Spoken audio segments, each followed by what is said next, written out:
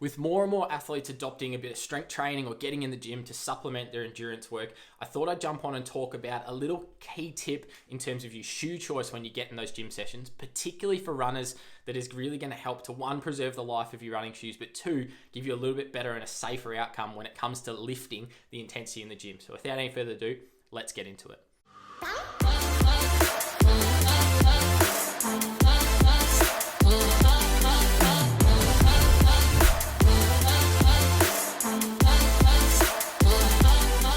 Hey, welcome back to the channel. Nick here, making sports science simple. And in this video, we're talking about your shoe choice for your gym sessions, particularly if you're a runner and you're getting in the gym, doing some S&C work, which is really, really good. I keep encouraging all the athletes and people listening to this to jump in and do some supplementary work to their running or their endurance sport. Get in the gym. It's going to help with an injury preventative effect, maybe a bit of performance as well. But when we do get into those sessions, we want to maximize them. And a really simple way to maximize them and get a little bit more out of them, but also make sure that we're not impacting anywhere else in our training, is our shoe choice. Seems a little bit weird, but I made a post on my Instagram page the other day when I jumped into a gym session. I put my gym shoes on, if you like, and I'll get to what those look like in a second. And I thought to myself, how many athletes and particularly how many runners do I see when they post sessions of their gym work are just using their standard training runners? And what is the effect that that might be having on not only the life of their running shoes, but then maybe a bit of a flow-on effect into their running as well. So what I wanted to quickly touch on first is the difference between a more gym-based shoe and a running shoe. So first of all, these are my training pair at the moment. I run in the New Balance 1080s. I've had the V9s and now have the V10s, which are these ones. I'm actually looking at upgrading this pair. These are starting to wear out a little bit. But what you notice in a running shoe, regardless of the brand, regardless of the model, they've got quite a bit of foam at the bottom. And the point of a running shoe primarily is to have some compressive foam that acts as a bit of a shock absorber. So when you impact the ground, this foam compresses. So I'm going to try and squish into it. You'll see if I just push into it like that, you can see this sole is starting to push in and compress. That foam compresses, allowing us to absorb the impact through the body. Because when we're running, particularly as we increase the speed and the intensity, the load going through our body is quite high, and what we need is something to help cushion that blow. It's the same as the springs and the shock absorbers in your car when you go over a bump. They're there to absorb and cushion the blow, because without them, we just smash into the concrete essentially, and that's where we're going to get some high amount of soreness, maybe in the shins, the knees, the ankles. And you might notice that if you've ever transitioned or tried to do some barefoot running or very, very minimal shoe running, or even if you've been caught out in the rain, you're running in your work shoes and you get some sore feet, some sore shins after it, it's because there's not much there to be able to cushion the blow. And that's really, that cushioning allows us to run more and more Ks in the week, which particularly when we're trying to boost the volume for an endurance event might be a key aspect to our training. So we want to make sure that's as safe as possible, and having some cushioning in there is going to be quite useful. Obviously, some of this foam technology is taken to the next level with things like the Nike 4% and the Next% shoes, all these fancy racing shoes. I won't talk about that too much. We're mainly just looking at what is the broader concept of a running shoe. Ultimately, over time, what happens to those? Well, you use them more and more and more, and as you use them more, the foam starts to compress and doesn't really have that springiness to come back. Because that's the second part of it. Not only when we land on the ground does that foam compress down to help absorb the load, but it springs back up and allows us to transfer that force back into our own body to help us with a bit of propulsion. As we use the shoe more and more Ks, you start to get to a point like this. These are my old pair of the V9 1080s from New Balance. And I can already feel that it's a little, might be a little bit hard to see. They still compress a little bit, but there is a lot more resistance in the foam, given that they're just more compacted. I've run a bunch more Ks on these ones than I have already on these. They're probably getting somewhat close, but I've definitely run more Ks in these ones just because they're older. And being an older shoe, they're going to slowly deteriorate as well. So what we're going to see is that foam is going to get a little bit more compressed and a little bit harder. So if I go out and run in these ones, I might end up being a little bit sore because I don't get as good shock absorption. So that's the first thing I just want to cover off in terms of what running shoes are really aiming to do and the foam in the running shoe.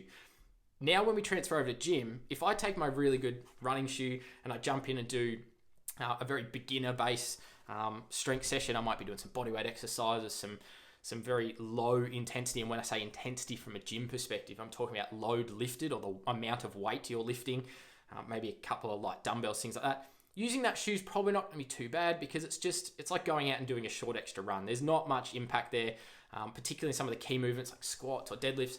Your feet are quite stable in position, so the compression's not as much as that sort of striking force.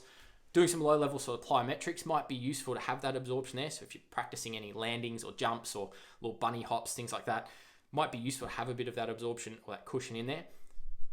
At a beginner point of the spectrum, it's not too bad. And I would probably recommend actually using maybe an old pair of your training shoes, just in case there is any compression over time that helps deteriorate your good pair. Use an old pair that's already compressed a bit. We're not needing as much of that cushioning, so it might be a good alternative. When things start to go up there in terms of intensity, and as I mentioned before, intensity in the gym, we're talking about amount of weight lifted, how much weight's on the bar, what size of the dumbbell we're lifting. And as that starts to go up and up, we become a bit more intermediate or even advanced in terms of our lifting. That's where in our key movements, you might want to consider something more like a lifting-based shoe or a gym-based shoe. And that's where, for me, I use the Nike Metcons. You might use a different variant of these.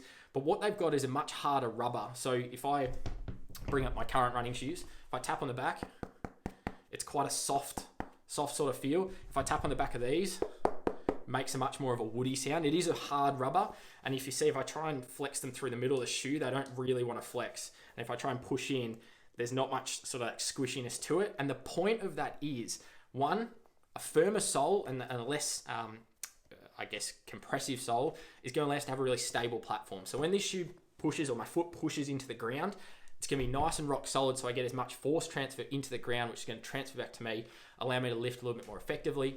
Because there's not much compression, it's a lot more stable of a shoe. So if I do have particularly athletes who might have particular wear patterns in their runners, I know I run sort of a bit on my midfoot, a little bit when I'm running a bit quicker, or up on my forefoot, so I might wear out a particular front corner of the shoe. I don't really want that wear pattern to be there when I'm trying to squat, because it might throw my feet out on some weird angles. So a nice flat platform is going to allow me to push straight into the ground, and I get that force coming straight back up.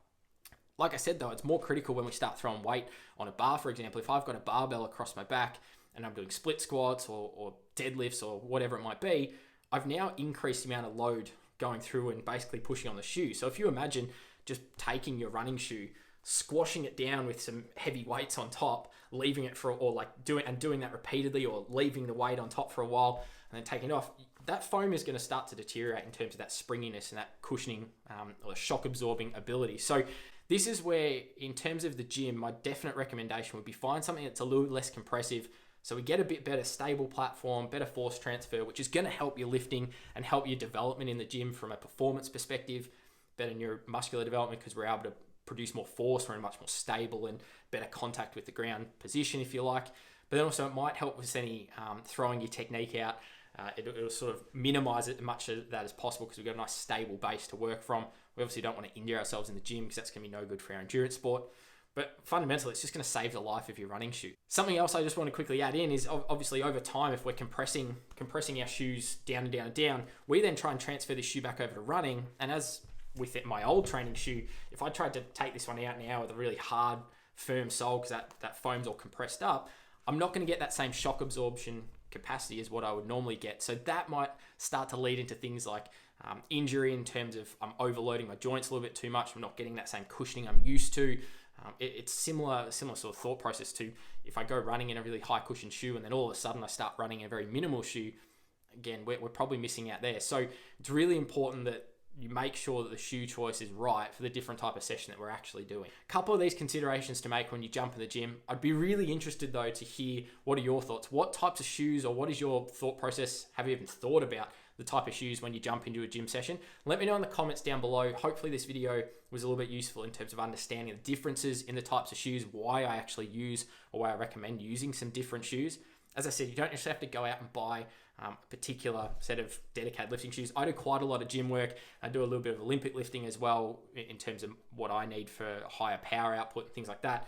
So these are really effective. If you're just doing the basics, squat, deadlift variations, and then some accessory exercises, an old pair of running shoes that have been compressed quite a bit and are quite solid underneath will probably do the job just fine. You really just want to avoid wearing really squishy, compressive shoes in the gym, particularly for our key lifts like that. Maybe if you're doing some plyometric jumping type stuff where you need a bit of absorption, it might be okay. But everything else, I'd recommend going for something a little bit firmer, a little bit more solid.